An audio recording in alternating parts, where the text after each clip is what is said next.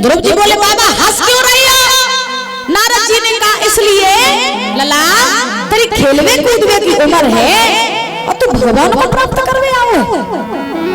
लौट जा, शेर भालू खाए जाएंगे, मारा जाएगा, लौट जा यहाँ से, अभी तू बहुत छोटा है। तो ध्रुव जी ने कहा बाबा जंगल में तो तुम हो, शेर भालू तुम्हें नहीं खाएंगे। नारद जी बोले हम समझदार हैं। ध्रुव जी बोले हम तुम क्यों ज्यादा समझदार हैं, हम भगवान को प्राप्त करने आए हैं और भगवान को प्राप्त करके ही हम घर जाएंगे, चाहे कुछ भी हो जाए। तो नारद जी सोचने लगे इसका मतलब ये है कि भक्त बहुत इसके मन में ज्यादा ही भक्ति है, कुछ बहुत बड़ा भक्त है ये। और भक्त अगर एक बात ठान ले तो महाराज कुछ भी कर सकता है, क्योंकि भगवान हमेशा भक्तों के बस में हुआ करते हैं। मेरी माँ, भगवान कहीं और नहीं, भगवान कहाँ है? भक्तों के बस में। और जिन लोगों ने हृदय से भक्ति की, जिन लोगों ने संसार को त्याग करके और परमात्मा में लीन हुए, उन्हें भगवान ने दर्शन भी दिए और महाराज उनका बेड़ा पार भी लगाया। तो देखिए आज नारद जी ने ध्रुव जी से कहा अच्छा ये बताओ कि तुम यहाँ भगवान को प्राप्त करने आए हो तो तुमने गुरु बनाए कि नहीं बनाए? गुरु बनाए कि नहीं बनाए? अब ध्रुव जी जानते ही नहीं थे गुरु क्या होता है। तो ध्रुव जी ने नारद जी से कहा बाबा गुरु क्या होते हैं? नारद जी ने कहा जब तुम्हें जय नहीं मालूम जो गुरु का हो तो तुम भजन कैसे करोगे, तब कैसे करोगे? तो ध्रुव जी ने कहा बाबा तुम बताओ गुरु होता क्या है? तो नारद जी ने कहा गुरु ये होता है कि बिना गुरु के ज्ञान नहीं होता है। ऐसा करो तुम घरे जाओ, गुरु ढूंढो, गुरु बनाओ, गुरु मंत्र ले, तब तुम घरे आओ, जंगल में आओ, और जब तुम जंगल में आओगे फिर तब करोगे, तब तुम्हें भगवान मिलेंगे। बिना गुरु के महाराज न भगवान मिल सकते हैं ना उद्धार हो सकता है। अच्छा यहाँ किसके किसके गुरु हैं? मैया तुम सब काम में आगे हो, क्या बात है? और कटकैया की माता का जानती नहीं है गुरु का होता है? बताओ आपके भी है? देखिए जीवन में गुरु करना अति आवश्यक है। क्यों? क्योंकि जब तक आपके गुरु नहीं होंगे तब तक कितना भी दान करना, कितना भी पुण्य करना, कुछ भी करना, वो आपका सब विफल है। जब तक गुरु नहीं है तब तक गुरु बनाना बहुत जरूरी है। हर किसी को गुरु बनाने चाहिए। और कलयुग में तो गुरु ढूंढना ऐसे है जैसे महाराज रात के अंधेरे में सुई ढूंढना। सत्य बता रहे हैं आपको, कलयुग में गुरु ढूंढना ऐसा है जैसे अंधेरी रात में सुई ढूंढना। क्यों? क्योंकि आज के जमाने में महाराज पैसा दे और गुरु बना। हाँ, पैसा दो और गुरु बना। पहले के बुजुर्ग कहावत कहा करते थे कि पानी पियो छान के गुरु करा जान के। अगर इस कहावत को सही माना जाए कि पानी पियो छान के गुरु करा जान के, ये कहावत आप लोगों को सही लगती है? बताओ परीक्षा जी, नहीं सही है ना? क्यों नहीं सही है? अब पहले के बुजुर्ग कहते थे कि पानी पियो छान के और गुरु करा जान के। चलो मान लो अगर एक सेकंड के लिए ये कहावत सही है तो पानी की भरी बाल्टी में तुम जहर मिलाए दो और पानी को तुम छानो, जहर निकलेगा? नहीं निकलेगा ना। इसीलिए कहा जाता है कि आज के कलयुग में गुरु करो छान के और पानी पियो जान के। पहले गुरु को भीतर से बार बार छानबीन कर लो कि गुरु बनने के लायक है नहीं है, न तो समझ में आए कि गुरु महाराज जाए रहे पौवा पी के नाली में, हम फिर जाए रहे। हाँ, तो ऐसा भी नहीं होना चाहिए महाराज। राधा रानी सरकार की। तो ध्रुव जी से नारद जी ने कहा कि जाओ घर जाओ, लौट जाओ और गुरु बनाओ जाके। नारद जी ने जब ये बात कही, ध्रुव जी चतुर रहे, तो ध्रुव जी ने नारद जी के पैर पकड़ लिए, बोले बाबा मैं घर जाऊंगा, गुरु ढूंढूंगा, गुरु बनाऊंगा, मंत्र लूंगा, बहुत समय हो जाएगा, आप ही मेरे गुरु बन जाओ। नारद जी चाहते थे कैसे भक्त के गुरु अगर हम बन जाए तो मेरा भी उद्धार और भक्त का भी उद्धार। महाराज गुरु वही अच्छा होता है जो मनुष्य को अंधकार से प्रकाश की ओर ले जाए। गुरु वही अच्छा होता है जो परमात्मा की प्राप्ति कराए। याद रखना, क्योंकि एक कवि बड़े सुंदर शब्दों में कल्पना करते हैं, बड़े ध्यान से सुनना। अरे संत को मर जाए अरे नहीं, और हर से ध्यान लगावे, और पंच सबो मर जाए जो दारू न्याय करावे।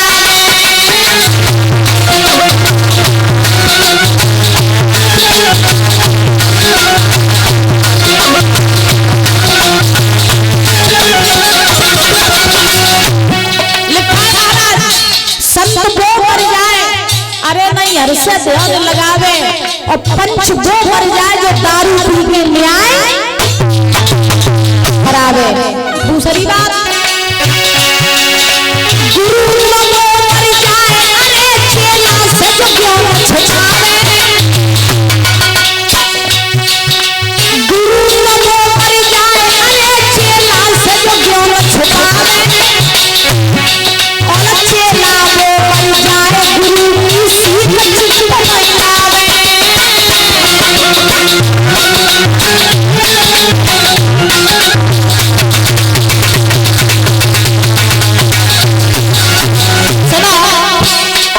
गुरु का होना पाप है जो गुरु अपने चेला से ज्ञान छिपा लेते हैं। बहुत से लोगों को हमने देखा है कि महाराज वो अपने शिष्यों को आधा अधूरा ज्ञान देते हैं। क्यों देते हैं? बोले ज्यादा ज्ञान दे देंगे तो ये कुछ सीख नहीं लेंगे, हाँ ज्ञान छिपा लेते हैं।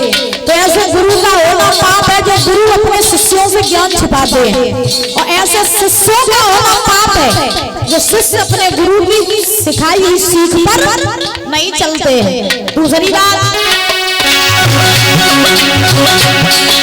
भैया को मर जाए पराई नार पछ चढ़ेगा। परिचय दी, ए भैया को मर जाए पराई नार पछ चढ़ेगा, और नारी को मर जाए पराए पछ से लगावे।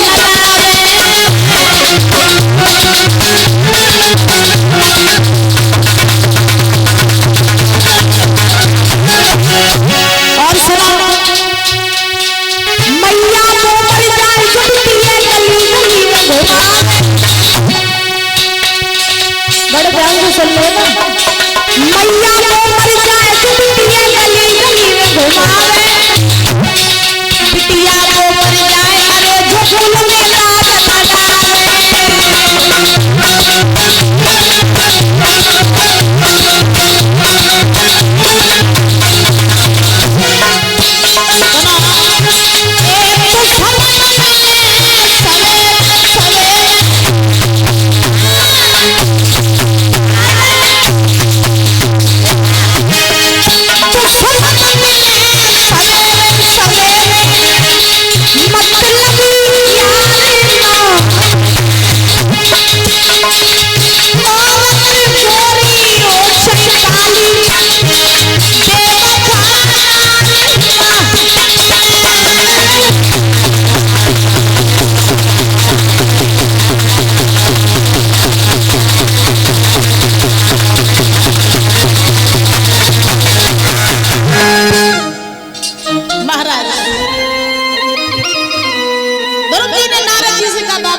गुरु बन जाइए।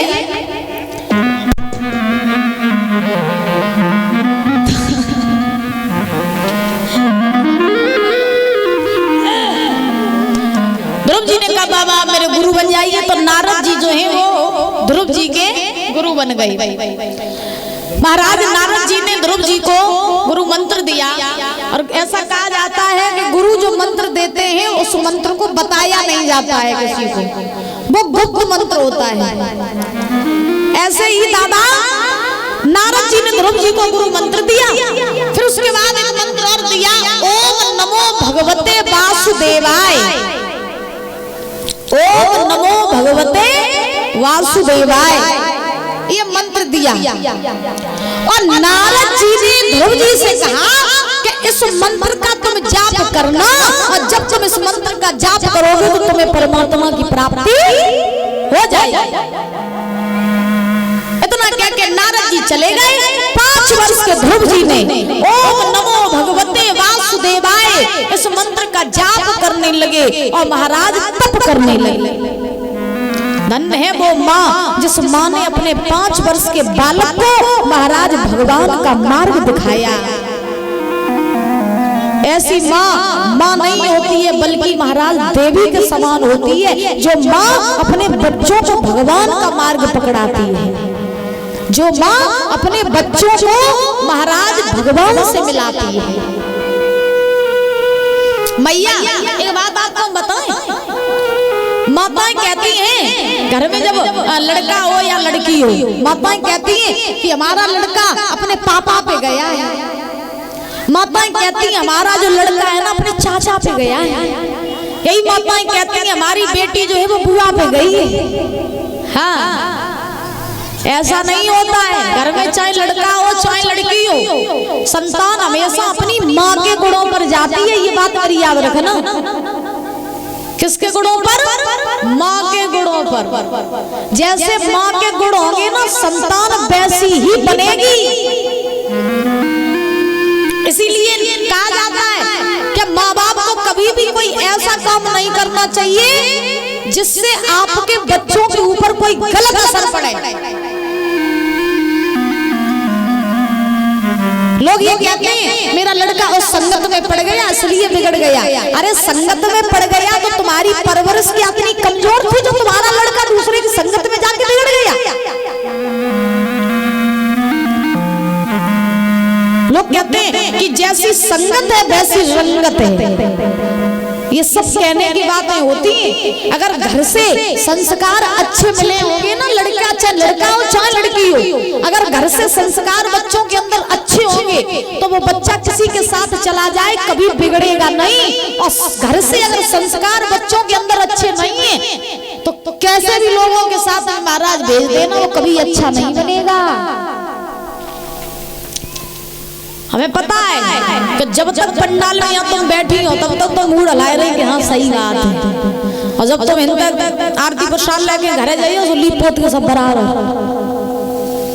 जानते हैं महाराज। क्योंकि आज के जमाने में महाराज सबकी खासियत है कि सुनते सबकी है लेकिन करते अपने मन की है।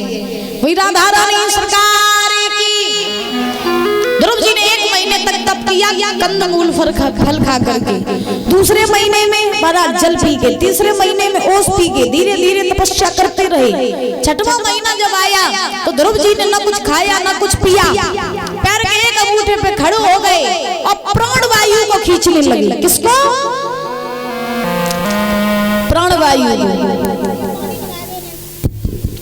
प्राणवायु को खींचने लगी। अब जैसे ही ध्रुव जी ने प्राणवायु को खींचा तो महाराज चारों तरफ पृथ्वी पर जीव जंतु पशु पक्षी हाथ पैर फड़फड़ा करके मरने लगे। इंद्र का इंद्रासन डोल गया।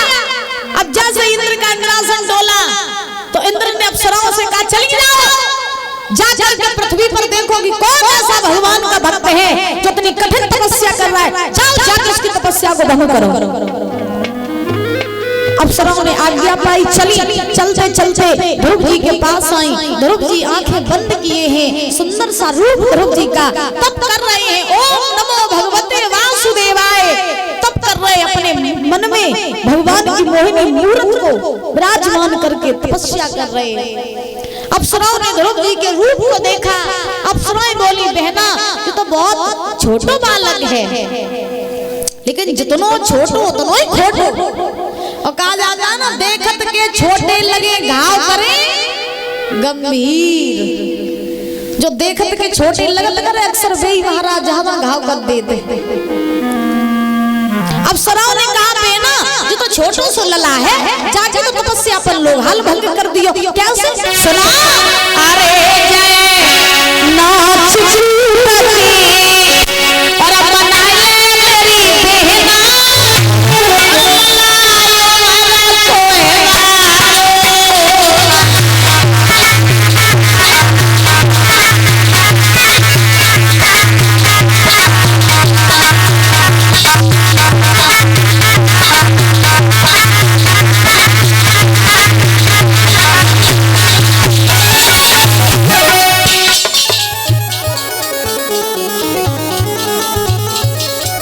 डाल दो जो दादा ये आराम से चढ़ जाए।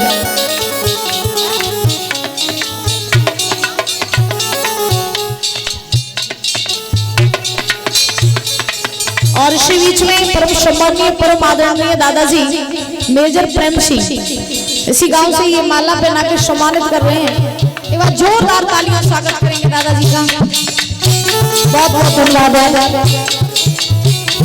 भगवान से कामना करेंगे समाज में पद प्रतिष्ठा बनी रहे, संतान से सुख प्राप्त होता रहे, किसी भी चीज की कमी ना हो, ऐसे ही हंसते मुस्कुराते बने रहे। भगवान से करना ही आराधना है।